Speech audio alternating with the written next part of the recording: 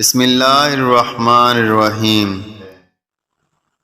کسی سے مقابلہ مت کریں کیونکہ مقابلے کی عادت زندگی سے سکون ختم کر دیتی ہے۔ جب خدا کہانی کا اختتام لکھتا ہے، سازشیں تو رہتی ہیں مگر ہمت نہیں رہتی۔ کسی کی میٹھی باتوں کا ہرگز یہ مطلب نہیں کہ آپ اس کے لیے خاص ہیں۔ بعض اوقات کبوتر کو کھلانے کے لیے نہیں بلکہ پکڑنے کے لیے بھی دانہ ڈالا جاتا ہے۔ ایک دفعہ ایک عورت ایک عالم کے پاس گئی اور پوچھا کہ اسلام میں ہمیشہ شوہر کی اطاعت اور فرما برداری کا پابند کیوں کیا ہے؟ شوہر کو ہماری اطاعت اور فرما برداری کا پابند کیوں نہیں کیا گیا؟ اس عورت سے عالم نے پوچھا، آپ کے کتنے بیٹے ہیں؟ عورت بولی، میرے 3 بیٹے ہیں۔ اس پر عالم نے جواب دیا، اللہ تعالیٰ نے تجھے ایک مرد کی اطاعت کا حکم دیا لیکن 3 مردوں کو تیری اطاعت کا حکم دے دیا۔ تیری اطاعت اور تیرے ساتھ اچھا معاملہ کیے بغیر وہ ہرگز جنت میں داخل نہیں ہو سکیں گے۔ اب تو بتا، زیادہ پابند کون ہے؟ عورت نے حیران ہو کر کہا، بے شک اسلام کی اس نعمت پر میں اللہ تعالیٰ کا شکر ادا کرتی ہوں۔ جب اللہ تعالیٰ کسی سے ناراض ہوتا ہے تو اسے ایسی چیز کی طلب میں لگا دیتا ہے جو اس کے نصیب میں نہیں ہوتی۔ دنیا کے اس بازار میں زندگی کا سب سے قیمتی سکہ حوصلہ ہے۔ دنیا کی سب سے قیمتی چیز مشورہ ہے۔ ایک سے مانگو تو ہزاروں دیتے ہیں، اور دنیا کی سب سے مہنگی چیز مدد ہے۔ ہزاروں سے مانگو تو کسی ایک سے ملتی ہے۔ حضرت یوسف علیہ السلام جانتے تھے کہ تمام دروازے بند ہیں، لیکن خدا کی خاطر بند دروازوں کی طرف بھاگے اور تمام دروازے سارے کے سارے کھل گئے۔ اور اگر دنیا کے دروازے تمہارے لیے بند ہو جائیں تو ایک بات یاد رکھنا کہ تمہارا اور حضرت یوسف علیہ السلام کا خدا ایک ہے۔ اپنی زندگی میں ایسے دوست شامل کرو جو آئینہ اور سایہ بن کر آپ کے ساتھ رہیں، کیونکہ آئینہ جھوٹ نہیں بولتا اور سایہ کبھی ساتھ نہیں چھوڑتا۔ سچائی اور نیکی کا راستہ ضرور دشوار ہوتا ہے لیکن منزل بہت خوبصورت ہوتی ہے، جبکہ برائی کا راستہ بہت آسان ہوتا ہے لیکن منزل بہت اذیت ناک ہوتی ہے۔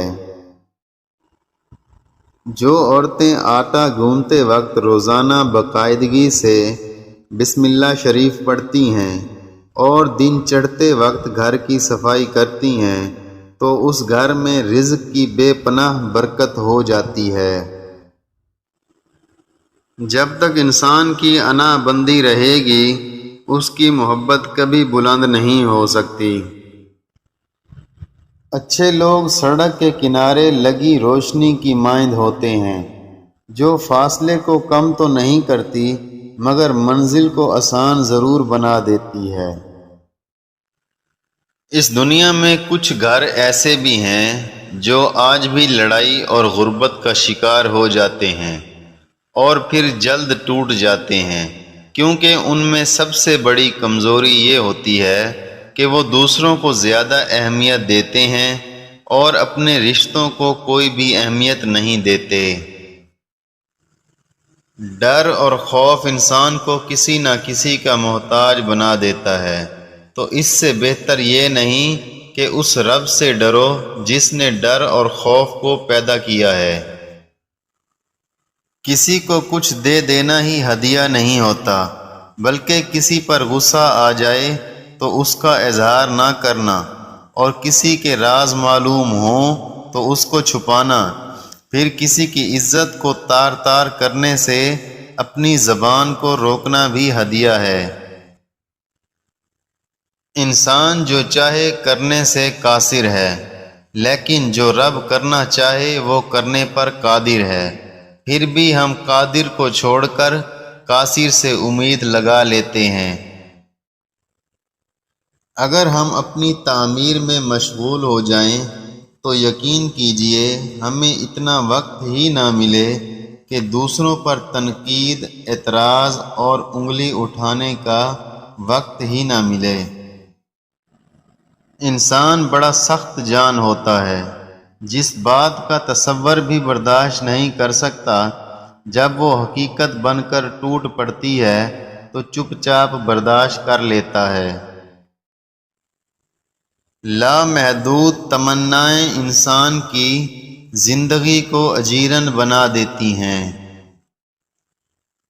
انسان اپنے اعمال سے ہی عظیم بنتا ہے، اونچا عہدہ حاصل کرنے سے نہیں، کیونکہ مینار پر بیٹھنے سے کوا عقاب نہیں بن جاتا۔ جب آپ اللہ کے فیصلوں پر سر جھکانا سیکھ جائیں گے، جب آپ صبر کرنا سیکھ جائیں گے، جب آپ اگر اور مگر کہنا چھوڑ دیں گے، تب اللہ تعالیٰ بھی آپ کو بہترین رزق سے نواز دے گا، کیونکہ صبر اور یقین جتنا گہرا ہوتا ہے اس کا پھل بھی اتنا ہی بڑا اور بہترین ہوتا ہے۔ انسان کی لالچ کا پیالہ کبھی نہیں بھرتا، کیونکہ اس میں ناشکری کے سوراخ ہوتے ہیں جو اس کو کبھی بھرنے نہیں دیتے۔